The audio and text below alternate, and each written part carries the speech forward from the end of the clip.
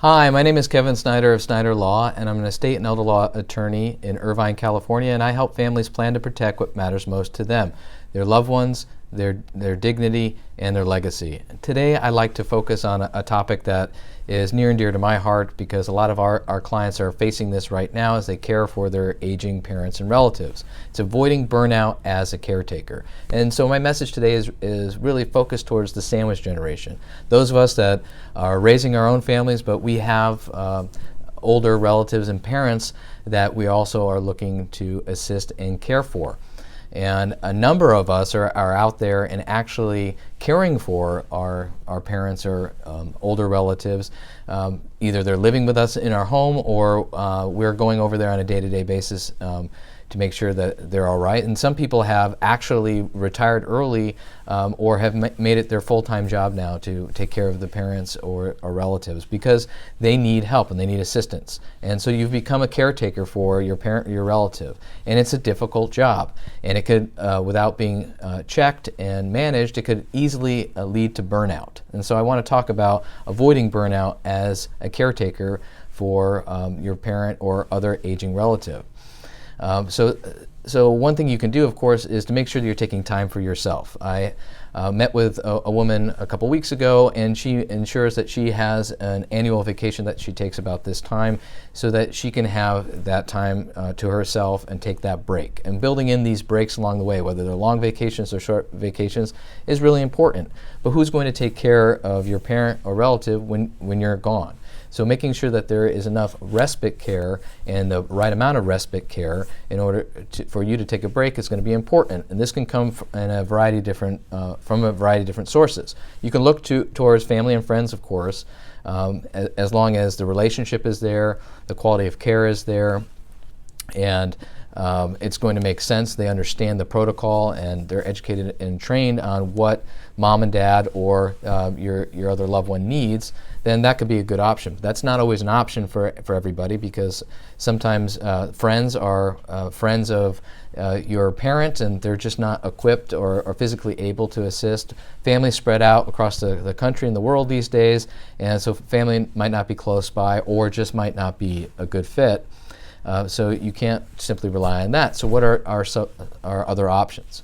Well, fortunately, there's a number of agencies you can look to for assistance for in-home care. And in-home care doesn't have to be 24/7 around-the-clock care. You can utilize some of the services of these agencies for the levels of care that are needed. It could be a level that, like I said, you're going off away on vacation and it's just for the brief time period, and the agency will have caretakers come in and take over your role for that limited time period.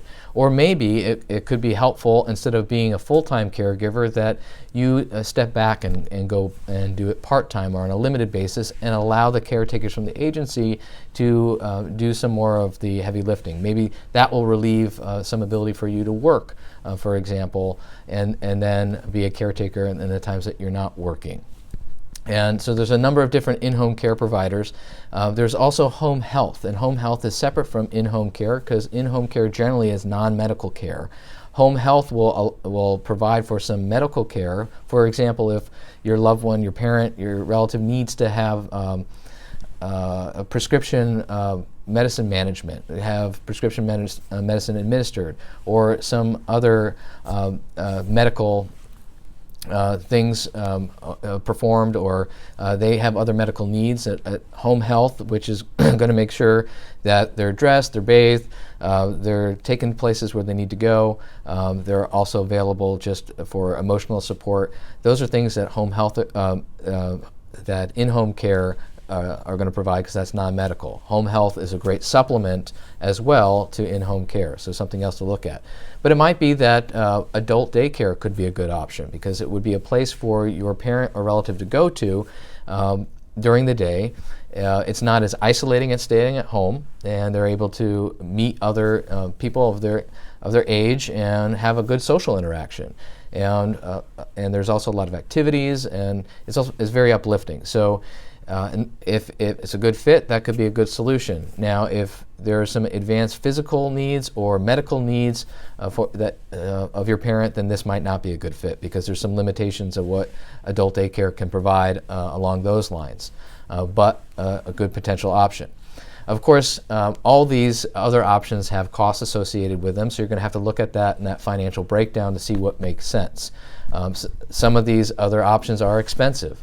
In-home care is expensive, and so are some of the other options, or it just might be more expensive than you have a financial ability to pay. But there are other financial options available. Make sure that you're talking to your parent or loved one about insurance policies that they may have. Don't just assume that they don't have one if they weren't already using it to pay for services before you came aboard being their caretaker. They might have a dormant long-term care insurance policy that they've forgotten about, or just hadn't used for whatever reason. We've seen that happen before, so you're going to want to ask that question. That will be a very good financial resource potentially available there. Outside of that, there are some government assistance programs available that your parent or relative might qualify for. Medi-Cal is California's Medicaid program. It's not just for skilled nursing facilities. There are other ways in which you can use those Medicaid dollars for assisted living or in-home care, and you don't have to necessarily be broke in order to qualify. What you're going to want to do is talk to an elder law attorney about that and seeing if your parent or relative is qualified now, or how you can qualify them. The same thing goes for VA improved pension, commonly referred to as aid and attendance. It's available for wartime veterans or surviving spouses of wartime veterans. And there's definitely some qualifications that go along with that, but it's important that you consult with an elder law attorney so that you can find out exactly if your parent or relative is currently qualified or how they can become qualified, because that could be a very significant income stream, up to $27,000 or more potentially, depending on the situation, that's available to be used for the care of the veteran or surviving spouse of the veteran. That can certainly maybe pay entirely or defray largely the cost of this respite care that you're looking for. It could be a game changer.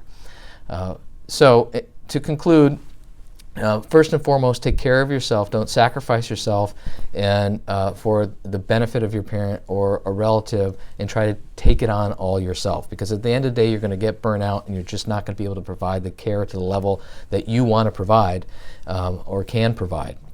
So in order to preserve your abilities to do that, seek out these respite care options.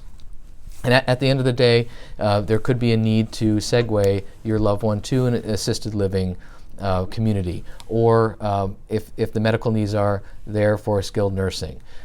In those situations, it's important to recognize what is the best benefit for your parent or loved one, and consulting with a geriatric care manager will be very helpful in helping you assess your parent's needs, so you're just not making assumptions and actually not providing the best level of care for them because you think that they might not do well at an assisted living community, or everyone has this notion of not wanting to go to a home, but there are some good options that are out there and it might be a better fit. So at the end of the day, I tell all our clients to get educated before the event occurs, and even during crisis, before you're making decisions. Get educated on your options. And if you need assistance to learn more about the options that are available, please contact an elder law attorney in your area, a geriatric care manager in your area, or just some examples of people where you can get good information from. I'm happy to answer your questions if you have them. If you're from Southern California, particularly Orange County, I'm happy to answer and field those questions. You can respond directly to the feed. You can call us at 949-333-3702, or you can schedule some time to have a brief conversation with me, and you can schedule online by going to www.asksnyderlaw.com, and you can schedule on our calendar sometime, and I'd be happy to chat with you and see if I can field your questions and give you some peace of mind. Again, my name is Kevin Snyder, Snyder Law. I'm an estate planning elder law attorney. I help families plan to protect what matters most to them, their loved ones, their dignity, and their legacy. And I help families maneuver through crisis and this big question of how do we best care for our aging relatives and parents, and how might we best afford it, so they don't go broke and we don't go broke in the end. And I'm happy to try to provide that assistance for as many people as I can. So go out there, hope this was, and have a great week. I hope this was valuable to you, and I'll be talking to you soon. Take care.